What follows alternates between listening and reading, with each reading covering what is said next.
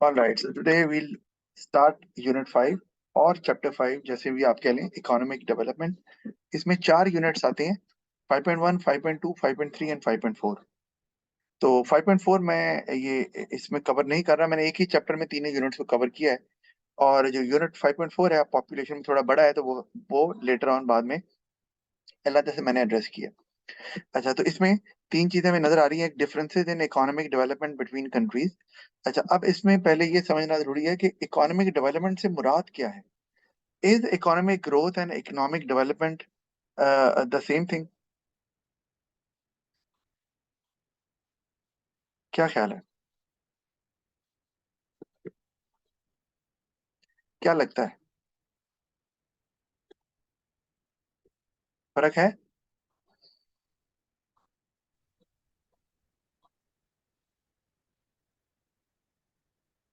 नहीं? Hello? Yes नहीं पता?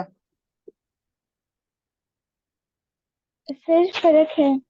फर्क है तो बता दो ना, फर्क क्या, फर्क है? सर, इकोनॉमिक डेवलपमेंट में शायद एजुकेशन और मेडिकल फैसिलिटीज और इंफ्रास्ट्रक्चर वगैरह सब आता है। इकोनॉमिक डेवलपमेंट में एक्चुअली इकोनॉमिक डेवलपमेंट जो है ना is more about the quality of life people have in the country. तो अगर इकोनॉमिक ग्रोथ हो रही है तो आउटपुट माइट बी इंक्रीजिंग, लेकिन उससे लोगों का लिविंग स्टैंडर्ड बढ़ रहा है कि नहीं बढ़ रहा, we do not know, because it includes the quality of air as well, the amount of traffic on the road as well, the quality of food being offered, the health of the people. तो बहुत कुछ आ जाता है apart from output. तो economic development जो है ना उसका ताल्लुक लिविंग स्टैंडर्ड के साथ है, इकोनॉमिक ग्रोथ का भी ताल्लुक है उसके साथ। लेकिन economic growth does not mean that the living standard of the people would also be rising. ये डिपेंड करता है क्योंकि economic growth has certain negative impacts as well. So if you are able to control the negative effects of economic growth and that help people to increase their living standard, तो economic development की तरफ जा सकते हैं because it is more related to quality of life people are having in a particular country.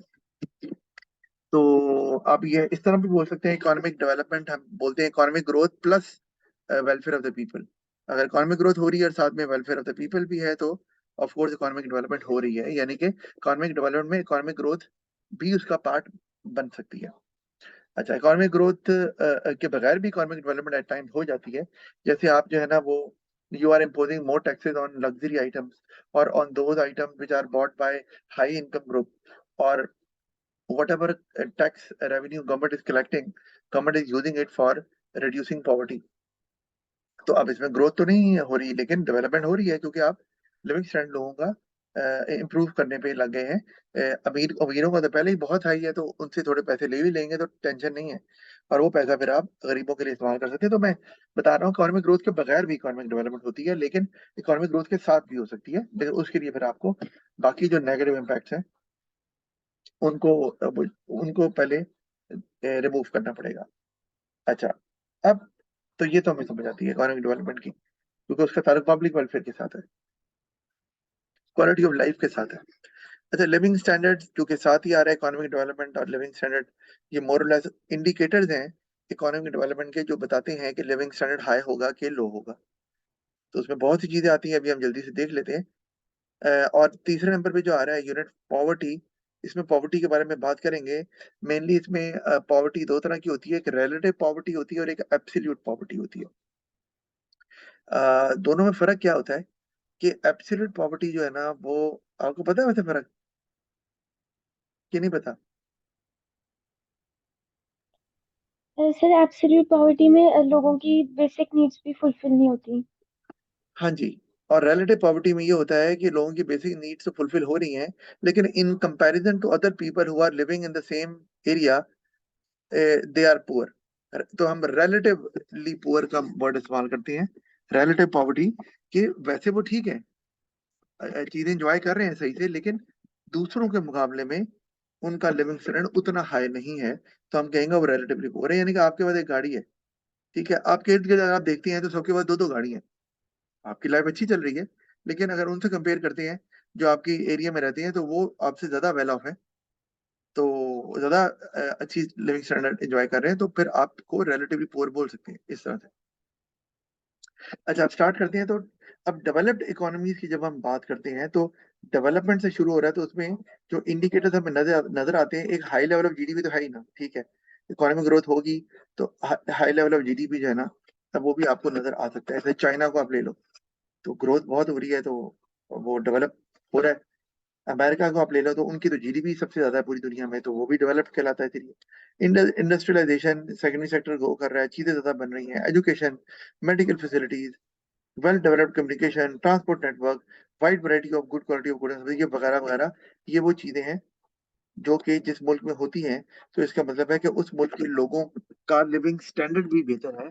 सिर्फ ये नहीं कि उस मुल्क में इकोनॉमिक ग्रोथ हो रही है, अपार्ट फ्रॉम दैट उनकी क्वालिटी ऑफ लाइफ जो है वो भी अप है। और वो तभी आप होगा ना जब एजुकेशन भी अच्छी होगी और मेडिकल फैसिलिटीज भी मिलेंगी, हेल्थ अच्छी है, लाइफ एक्सपेक्टेंसी हाई है, कम्युनिकेशन और ट्रांसपोर्ट का सिस्टम अच्छा है, आसानी से ट्रैवल करना उनके लिए कोई प्रॉब्लम नहीं है, और गुड्स जो प्रोड्यूस हो रही है उनकी क्वालिटी भी up to the mark.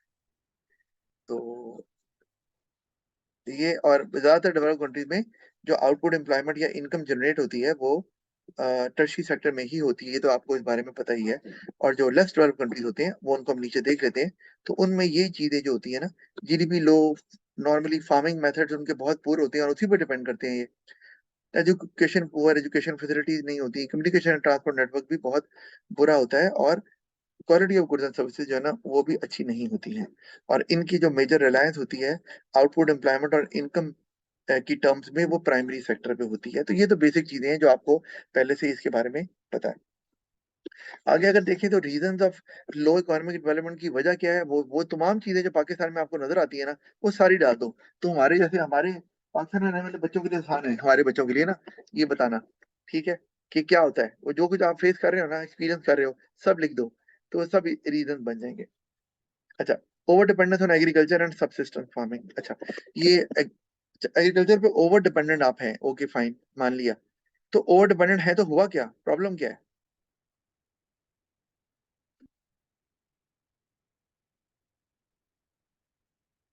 Land पे अगर ओवर डिपेंडेंस है तो इसमें लो इकोनॉमिक डेवलपमेंट क्यों हो रही है? हम्म,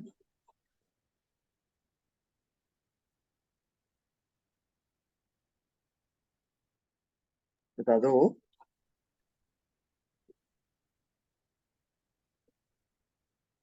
सर क्योंकि इससे भी हमारे पास जो मैन्युफैक्चरिंग और टर्शरी सेक्टर में जो सर्विसेज है वो कम होंगी। वो ओवर डिपेंडेंस मतलब है कि आप जो है वो ज्यादा रिसोर्सेज फार्मिंग पे, एग्रीकल्चर पे इस्तेमाल कर रहे हैं, तो हो सकता है वो रिसोर्सेज आपके सेकेंडरी या टर्शियरी सेक्टर के लिए ज्यादा सूटेबल हो, लेकिन आप उनको इस्तेमाल नहीं कर पा रहे, तो वो रिसोर्सेज का इनएफिशिएंट यूज होगा ना, क्योंकि सारे रिसोर्सेज तो फार्मिंग, लैंड को ले लें तो सारा लैंड तो फार्मिंग के लिए इस्तेमाल नहीं ना हो सकता, कुछ लैंड लेस फर्टाइल होता है, वहां पर आपको कोई फैक्ट्री लगानी चाहिए, कोई टर्शी सेक्टर एस्टेब्लिश करना चाहिए, लेकिन नहीं हो रहा।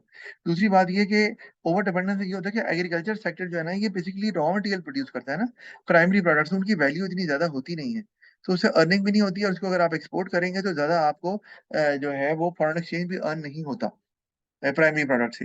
जबकि ये कंट्रीज अगर कैपिटल गुड्स बाहर से लेंगी तो उसकी वैल्यू बहुत हाई होती है, जिससे बहुत ज्यादा फॉरेन एक्सचेंज मुल्क से बाहर चले जाता है, और फॉरेन एक्सचेंज का फिर इशू आ जाता है। सबसिस्टेंस फार्मिंग, आपको उसके बारे में पता ही है, क्या होती है सबसिस्टेंस फार्मिंग?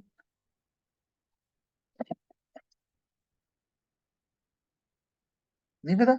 पढ़ा तो होगा आपने ज्योग्राफी में।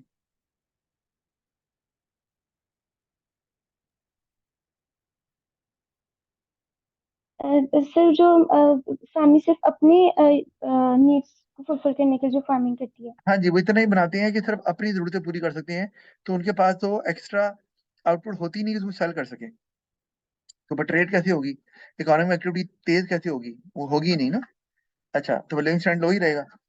अच्छा, इसी तरह developed Nations use of the natural sources of under developed nation at low prices, ये मैंने आपको बता दिया कि ज्यादातर जो अंडर डेवलप्ड कंट्रीज होते हैं वो जो कि प्राइमरी प्रोडक्ट्स पर रिलाई करते हैं, तो उनकी प्राइसेस बड़ी कम होती है, और उनको चूंकि आपको पता है कि प्राइमरी प्रोडक्ट पेरिशेबल नेचर की होती है, तो उन्हें ज्यादा निगोशिएट करने का मौका नहीं मिलता, और वो लो प्राइसेस पे ही अंडर डेवलप कंट्रीज को ही बेच देते हैं, वो तो फायदा उठा लेते हैं, और अंडर डेवलप्ड कंट्रीज को उनका वो रिटर्न नहीं मिलता है जो कि उन्हें मिलना चाहिए।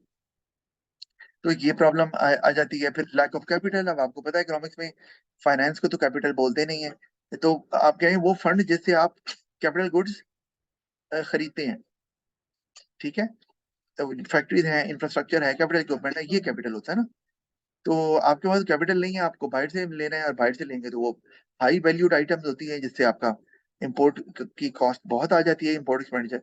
और वो जो अंडर डेवलप्ड कंट्रीज है वो ले नहीं पाते,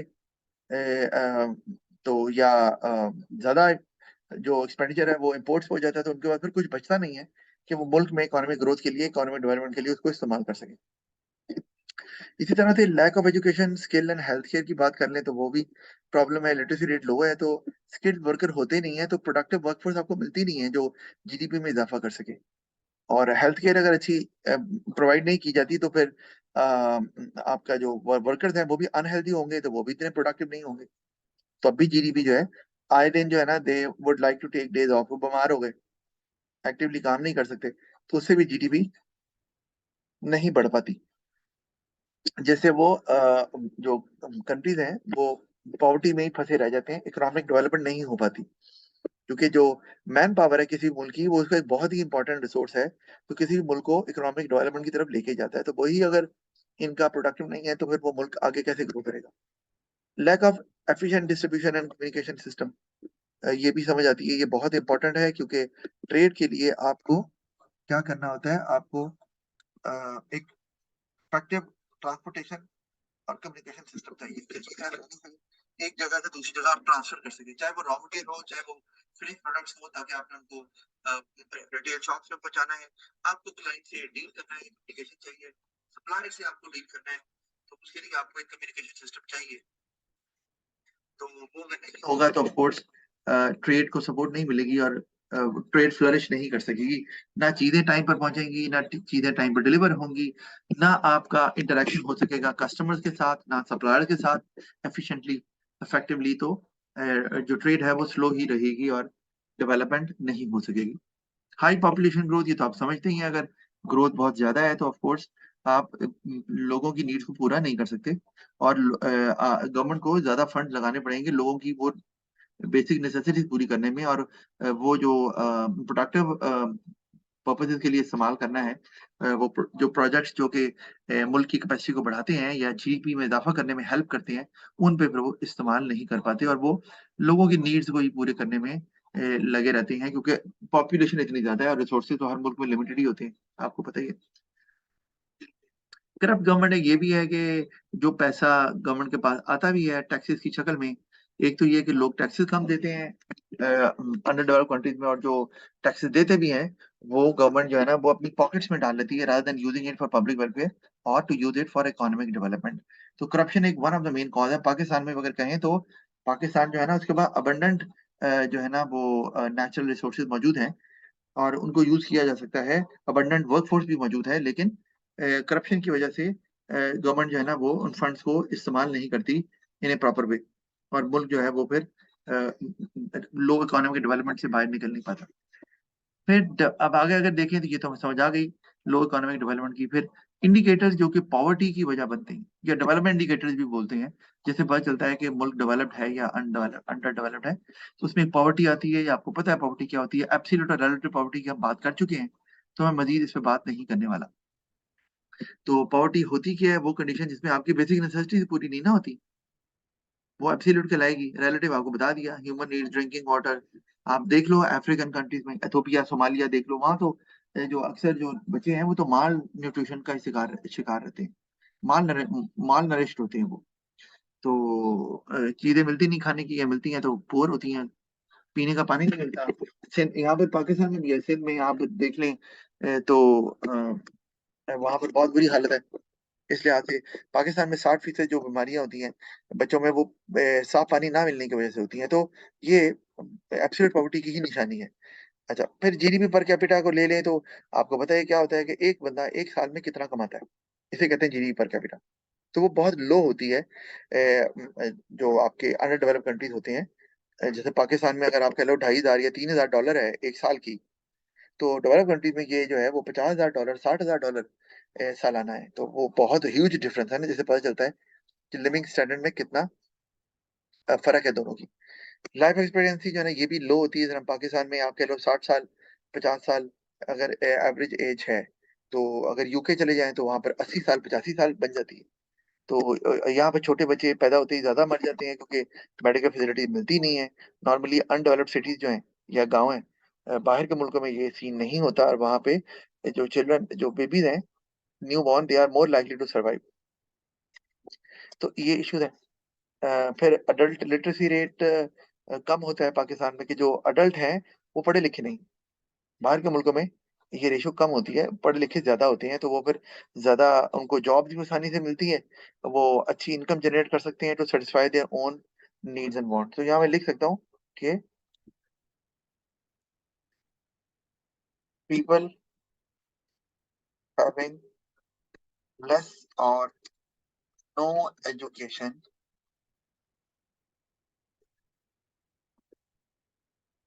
are not able to find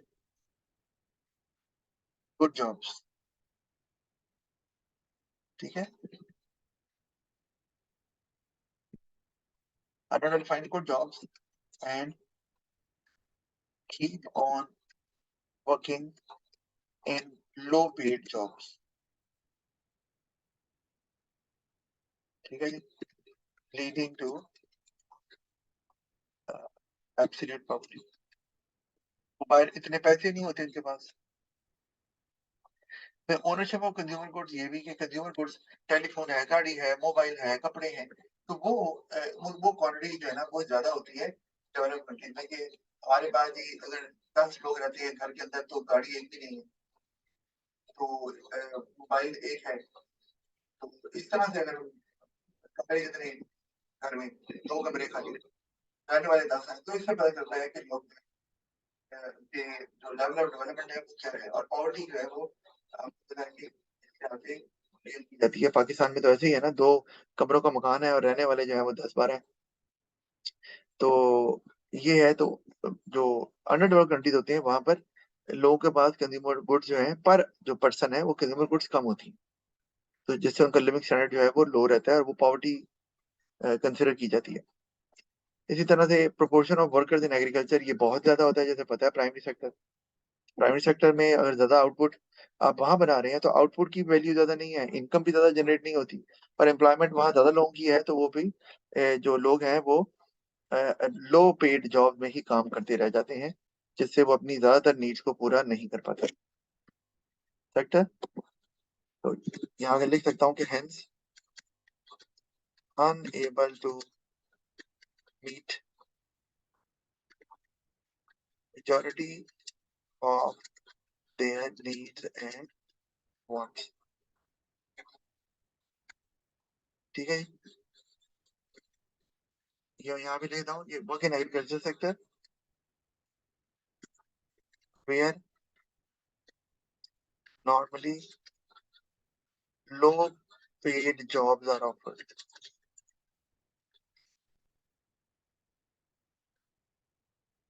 ठीक है जी, hence यहाँ दे आर लिख देता हूँ, फिर भी चले लाइन unable to make। अच्छा, ये हो गई बात majority of the needs and wants.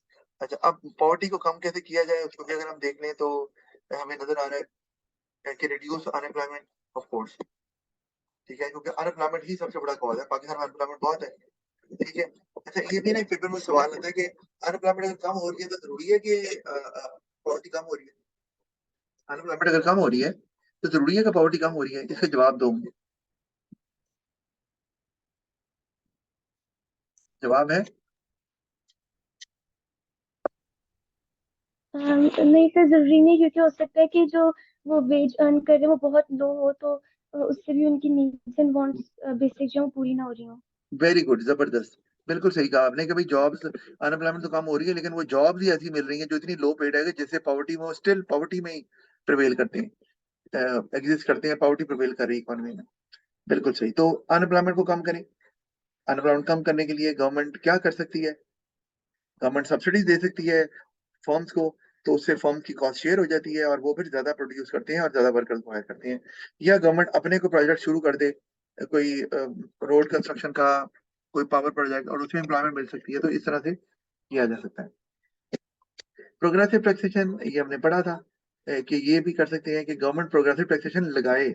इसका काम क्या होता है कि जो हायर इनकम कमाते हैं उनको ज्यादा टैक्स की परसेंटेज देनी पड़ती है, जो कम कमाते हैं उनको कम देनी पड़ती है। तो इससे अमीरों से ज्यादा टैक्स लिया जाएगा and that can be later used for the support of the poor people और टू रिड्यूस पॉवर्टी। तो मैं ये लिख सकता हूँ, हाँ वो लिख दिया ना, टू पॉवर्टी। अच्छा, इसको हम कहेंगे रिलेटिव पॉवर्टी।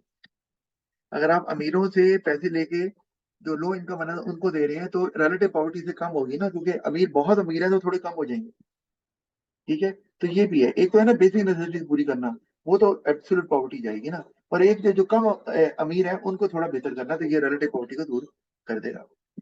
पेपर में सवाल भी आया है कि रिलेटिव पॉवर्टी को दूर करने का तरीका बताएं, तो अब आप उसमें एब्सोल्यूट पॉवर्टी के तरीके तो नहीं ना बताएंगे कि अनएम्प्लॉयमेंट बढ़ा देंगे, ये तो एब्सोल्यूट पॉवर्टी को दूर करेगी ना। लेकिन प्रोग्रेसिव टैक्सेशन जो है ना, ये एब्सोल्यूट को भी दूर कर सकती है और रिलेटिव को भी दूर कर सकती है। तो पेपर में ये पॉइंट लिखा जा सकता है। अच्छा, इसी तरह welfare services and income support to people having very low income, ये भी कि जिनकी बहुत कम इनकम है तो उनको आप कोई वेलफेयर सर्विसेज या सपोर्ट, जैसे ना सिंध में चलता है कार्ड बेगम वो बेनजीर इनकम सपोर्ट प्रोग्राम, तो उस पे कार्ड देते हैं लोगों को और लोग उससे जो है ना थोड़े से पैसे निकाल सकते हैं एटीएम से। तो ये भी रिलेटिव पॉवर्टी को दूर कर सकती है। फिर subsidising low cost homes for the poor to live in, ये भी जिनके पास अपने घर नहीं है, ठीक है, और बाकियों के पास अपने घर है, तो उनको गवर्नमेंट, जैसे अभी इमरान खान की हुकूमत में ये स्कीम तो चलाई थी, बार वो हुकूमत नहीं रही कि जी हम घर बना कर देंगे सस्ते और लोग इंस्टॉलमेंट में वो घर खरीद सकते हैं।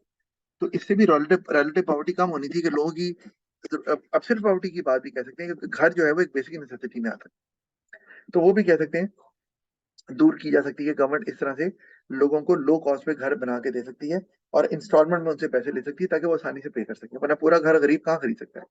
Minimum wage laws to raise the wages of low paid workers, ये भी है। वो वर्कर जो कम वेज ले रहे हैं उन मिनिमम वेज बढ़ा दी ताकि लो पेड जो वर्कर्स हैं, जो लो पेड वर्कर जो है उनको उनकी पैसे बढ़ जाए तो वो ज्यादा अपनी जरूरतें पूरी कर सकें।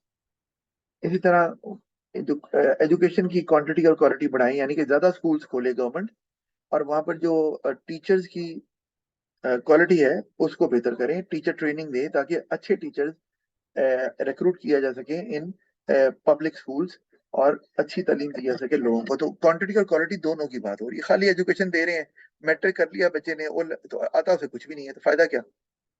उसके लिए अच्छे टीचर्स का होना जरूरी है, एक अच्छे एजुकेशन सिस्टम का होना जरूरी है, जिससे जो स्टूडेंट जब पास आउट हो तो उसे आता भी हो जो उसने लर्न किया।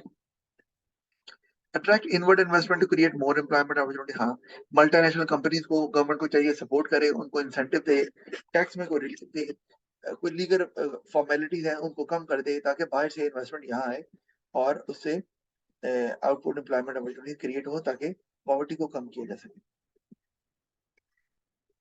फिर इंटरनेशनल मेजर्स अगर देखें पॉवर्टी के, वर्ल्ड लेवल पे ना, ग्लोबल लेवल पे क्या हो सकते हैं, फूड एड, क्या अमीर मुल्कों को चाहिए कि वो फूड एड प्रोवाइड करें उन इलाकों में, उन कंट्रीज के इलाकों में जहां पर बेसिक नेसेसिटीज भी प्रोवाइड नहीं की जाती। ठीक है जी, तो ये काम किया जा सकता है, तो ये चीज कर सकते हैं।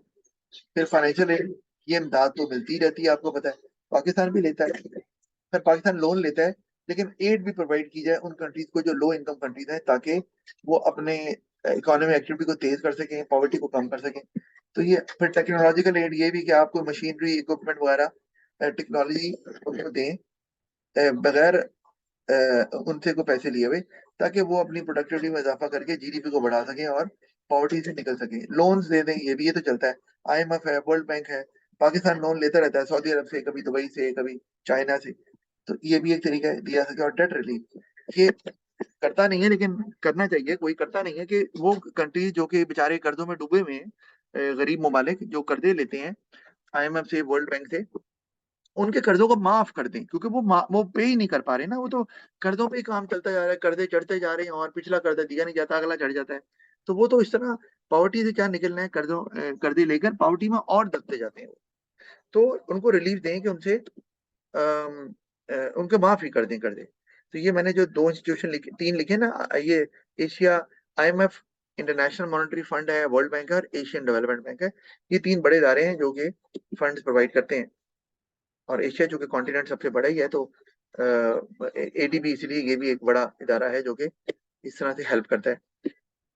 अच्छा, आगे अगर हम कहें कि अगर हमें देखना हो कि लिविंग स्टैंडर्ड को मेजर करना हो तो इंडिकेटर्स कौन से हैं, तो वो इंडिकेटर्स वैसे तो बहुत से हैं। ए लेवल में अगर हम पढ़ें, जैसे यहाँ पे रियल जीडीपी पर कैपिटल लिखा हुआ है, HDI लिखा हुआ है, ठीक है। आगे एक HPI होता है, ह्यूमन पॉवर्टी इंडेक्स, एक MPI होता है, multi dimensional poverty index.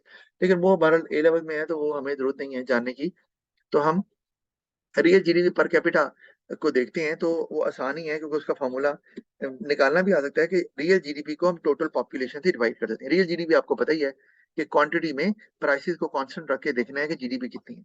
Population से डिवाइड करें तो पता चलेगा कि पर हेड जो है ना वो कितनी इनकम आ रही है। तो ये एक आसान तरीका है जिससे पता चल जाता है।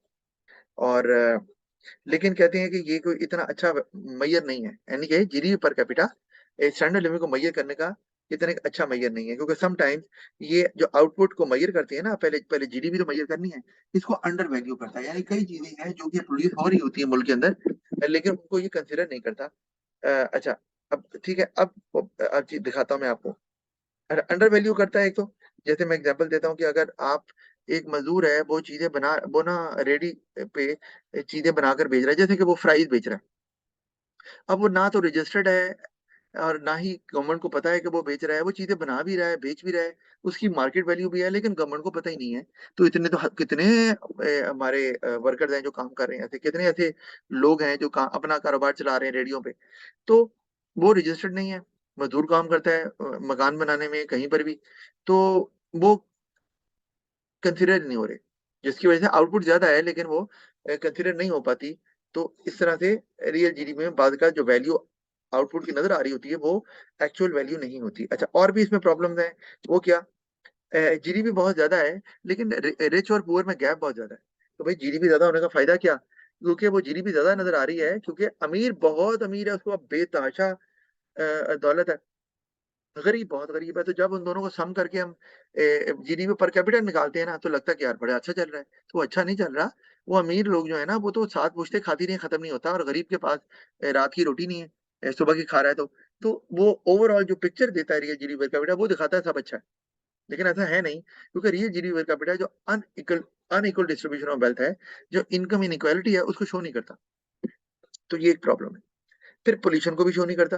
भाई चीजें बन रही ठीक है, तो जो उससे क्वालिटी ऑफ एयर का नुकसान हो रहा है, जैसे लाहौर में होता है, तो एयर क्वालिटी इंडेक्स गिर रहा है, वो आप देख नहीं रहे, वो तो कंसीडर नहीं कर रहा, कह रहा है ये आउटपुट प्रोड्यूस हो रही है तो लिविंग स्टैंडर्ड हाई है। नहीं हाई भाई, ऑक्सीजन जो है ना वो क्लीन एयर में मौजूद ही नहीं है उस तरह से, पर आपको बीमारियां हो रही हैं उसकी वजह से, पोल्यूटेड एयर को इनहेल करने से। तो वो कैसे लिविंग स्टैंडर्ड हाई होगा। लेकिन जीडीपी पर कैपिटा दिखा रहा है कि जी लिविंग स्टैंडर्ड हाई है, क्योंकि वो तो सिर्फ जीडीपी को कंसीडर करता है, क्वालिटी ऑफ गुड्स को भी नहीं कंसीडर किया जा रहा। भाई आप चीजों को भी तो देखें ना, कि चीजों की क्वालिटी बेहतर हो रही है या कम हो रही है। यानी कि अगर फर्ज किया कि ज्यादा चीजें बन रही हैं, ओके, तो रियल जीडीपी पर कैपिटा क्या दिखाएगा कि जी लिविंग स्टैंडर्ड बढ़ गया। जबकि वो जो चीजों की क्वालिटी है वो बढ़ तो रही है, लेकिन क्वालिटी गिर रही है, तो वो एक्चुअली लिविंग स्टैंडर्ड बढ़ नहीं रहा बल्कि कम हो रहा है। तो ये वो कंसिडर नहीं कर रहा। अच्छा, इसी तरह ये भी होता है बात की चीजें कम हो गई बनना, ठीक है, लेकिन क्वालिटी बेहतर हो गई।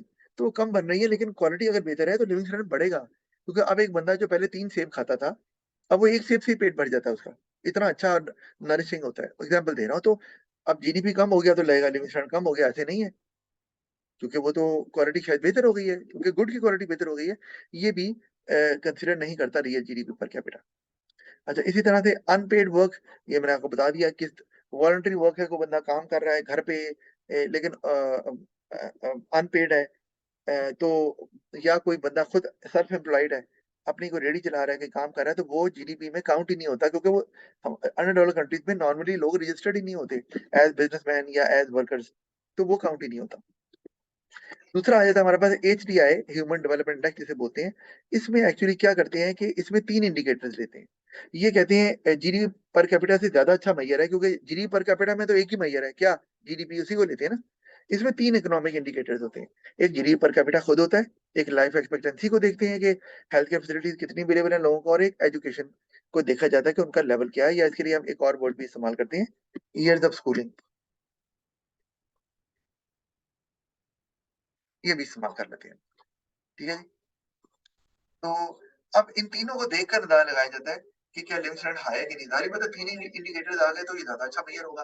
अच्छा, वो करते क्या है कि उसमें ना इनको 0 से 1 रेट करते हैं, इन तीनों इंडिकेटर्स। ठीक है, और देखते हैं कि इनको वैल्यू देने के बाद ये देखते हैं कि इनकी वैल्यू 1 तक जा रही है, 1 के क्लोज है, या 1 से अवे है।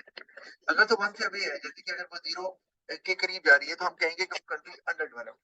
अगर वो 1 के करीब जा रही है, क्लोजर टू 1 है, 0.8 है, 0.9 है, तो हम कहेंगे वो कंट्री डेवलप्ड है, क्योंकि ये तीनों इंडिकेटर उसको बता रहे हैं कि वो अब वो अच्छा है कंट्री इनमें, और लोगों को ये चीजें मिल रही हैं। लेकिन उसमें ये प्रॉब्लम भी है कि बाद ये भी एनवायरनमेंट की जो क्वालिटी है उसको कंसिडर नहीं करता, इसमें भी एक प्रॉब्लम है। और बाद दो इंडिकेटर इतने ज्यादा अच्छे हो जाते हैं कि वो आपकी जो वैल्यू है ना 0 से 1, उसको बेहतर नजर दिखा रहे होते हैं। जैसे कि 0.7 नजर आ रही है, आपको लगेगा यार ये तो अच्छी है, लेकिन 0.7 में जो आपकी लेवल ऑफ एजुकेशन है ना, वो बिल्कुल 0 है। तो अब वो तो अच्छी ना हुई, क्योंकि दो इंडिकेटर की वैल्यू अच्छी होने से वो आपको 1 के क्लोज तो ले गया, लेकिन एक इंडिकेटर बिल्कुल ही लो है। तो ये भी एक प्रॉब्लम आ सकती है। तो वो इकोनॉमिक वेलफेयर को नहीं दिखा रहा, पब्लिक वेलफेयर को उस तरह से नहीं दिखा पाता। इसलिए इसके बाद ना आ जाता है एक एचपीआई। एचपीआई ह्यूमन पॉवर्टी इंडेक्स, उसमें 4 इंडिकेटर्स होते हैं। ठीक है, उसके बाद एक आता है MPI, multi dimensional poverty index, उसमें 10 इंडिकेटर होते हैं। तो जितने इंडिकेटर ज्यादा होते हैं, उतना ही वो ज्यादा एक्यूरेटली मेजर कर सकता है लोगों के लिविंग स्टैंडर्ड को। तो यहाँ पर तो एचडीआई जीडीपी पर कैपिटा से तो बेहतर मेजर ही है, क्योंकि इसमें ज्यादा इंडिकेटर हैं, लेकिन उतना अच्छा भी नहीं है, क्योंकि इसमें सिर्फ 3 ही इंडिकेटर्स हैं, जबकि और इंडिकेटर्स मौजूद हैं जिसमें 3 से कहीं ज्यादा इकोनॉमिक इंडिकेटर्स होते हैं। तो वो ज्यादा बेटर तरीके से लिविंग स्टैंडर्ड को मेजर कर सकते हैं किसी भी कंट्री की। जी, कोई सवाल पूछना है आपने? नहीं? No sir. No, okay, all right, आज के लिए इतना ही।